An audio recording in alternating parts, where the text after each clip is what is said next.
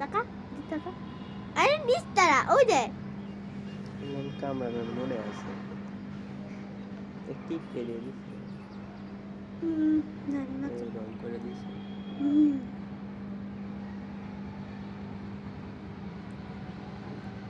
বাবালি কত কিউটি